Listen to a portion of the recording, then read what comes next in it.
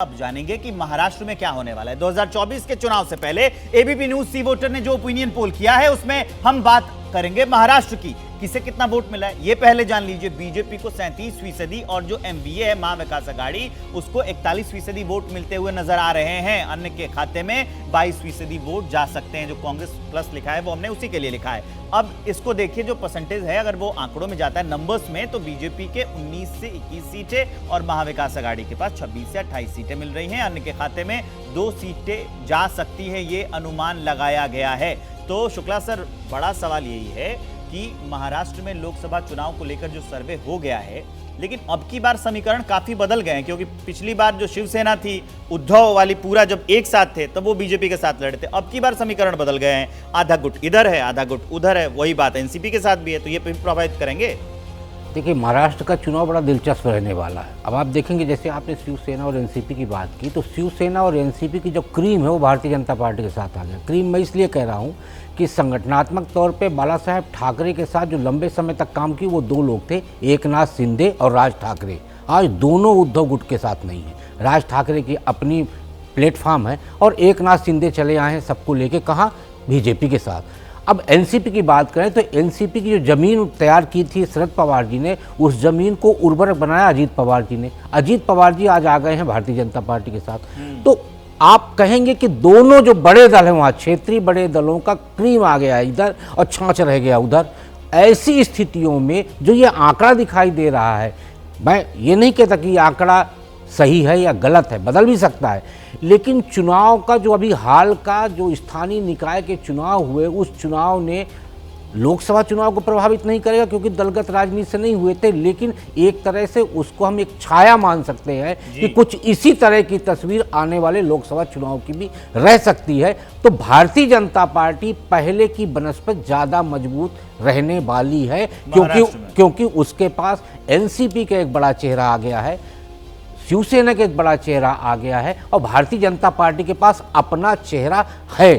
देवेंद्र फडणवीस जी का है और उसमें मोदी जी से बड़ा तो कोई चेहरा है ही नहीं। तो महाराष्ट्र का चुनाव इस बार बड़ा दिलचस्प रहने वाला है। दिलचस्प तो रहने वाला है, लेकिन जो ओपिनियन पोल है उस पर लगातार रिएक्शंस आ रहे हैं नेताओं के। महाराष्ट्र में लोकसभा चुनाव को लेकर एबीपी न्यूज ने जो ओपिनियन पोल किया उस पर कांग्रेस नेता संजय निरुपम का एक बयान सामने आया। संजय निरुपम ने कहा है कि ओपिनियन पोल में भले ही महाराष्ट्र में महाविकास आघाड़ी को 26 से 28 सीटें मिल रही हैं, लेकिन हमें उम्मीद है कि हम इससे भी ज्यादा आंकड़ा पार करेंगे, हम बीजेपी को मात दे सकते हैं। संजय निरुपम का बयान आपको सुनाते हैं।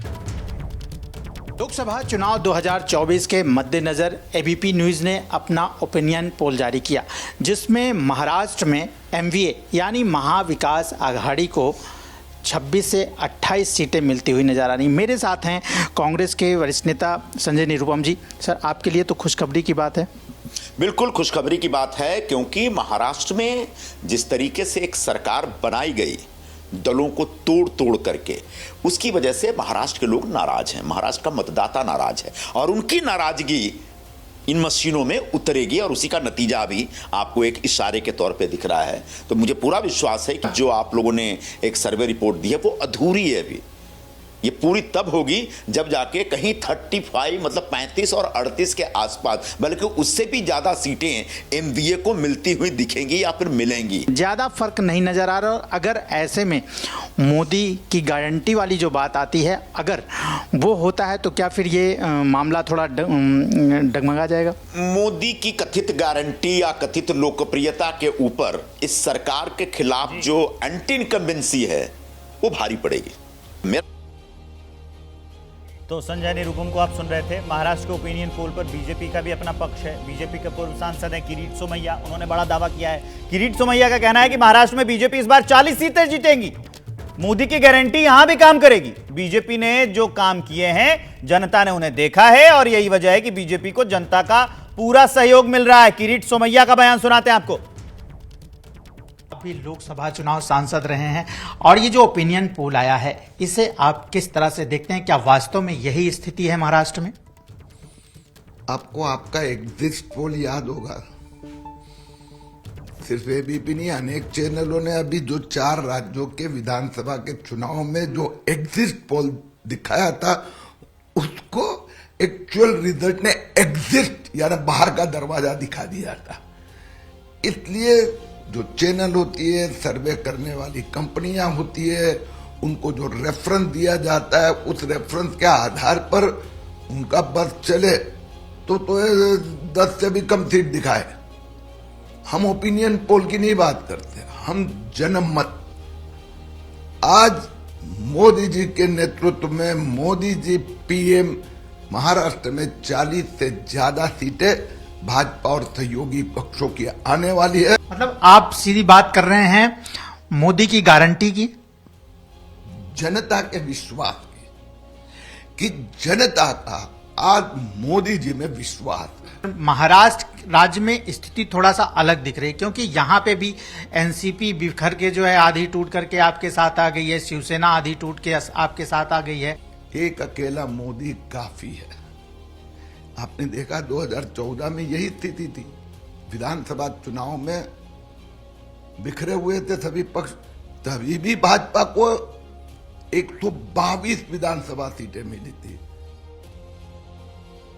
तो महाराष्ट्र के जो आंकड़े हैं, अब इस पर भी हम चर्चा करेंगे। आशीष कुमार सिंह, बड़ा सवाल यही है कि पिछली बार जो लोग साथ थे अब इस बार साथ नहीं है। जैसे कि अगर हम शिंदे की बात करें तो शिंदे पिछली बार थे तो, लेकिन उन्होंने जो उद्धव ठाकरे वाली शिवसेना है उसके साथ मिलकर चुनाव लड़ा था। तो अब की बार कितना शिंदे फायदा पहुंचा पाएंगे बीजेपी को, एनडीए गठबंधन? देखिए, मुझे लगता है कि आप इंडिया के बनिस्पत देखिए ना, अभी तक इंडिया अलायंस, फिर मैं कह रहा हूँ अपने मेन पॉइंट पे मैं वापस आना चाहूँगा। पहले भी मैंने जिक्र किया कि सीट शेयरिंग अभी तक हुई नहीं है। ये बात और है कि यहाँ की जो महाविकास अघाड़ी में जो पार्टियाँ हैं, अभी भी जो फैक्शंस हैं, वो निश्चित तौर पर पॉपुलर सपोर्ट तो ज़रूर रखती हैं, लेकिन बड़ा धड़ा जो है, जो मोर इन्फ्लुएंशियल धड़ा है, वो अब पूरा का पूरा शिफ्ट हो चुका है बीजेपी के साथ, जो पहले शुक्ला जी भी कह रहे थे। तो एज तो है उन लोगों को। और फिर देखिए, लोकसभा इलेक्शंस और असेंबली इलेक्शंस की बात अलग होती है। मुख्य तौर पर हमको ये देखना पड़ेगा कि सीट शेयरिंग जो है महाविकास अघाड़ी ठीक से कर पाता है कि नहीं कर पाता है। अभी तक उद्धव ठाकरे पिछली बैठक में जब आए दिल्ली में, जो अलायंस की बैठक हुई, मैं आपको बताऊं कि उन्होंने सबके सामने इस बात का जिक्र किया कि आप लोग ये कमिटीज बैठ के ये खेल मत खेलिए, आप कहिए हम आते हैं और इसको जल्द से जल्द फॉर्मलाइज करिए।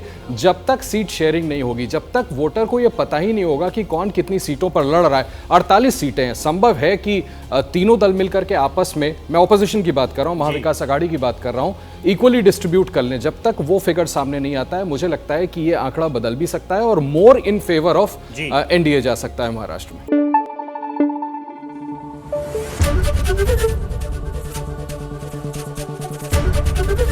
एबीपी न्यूज आपको रखे आगे।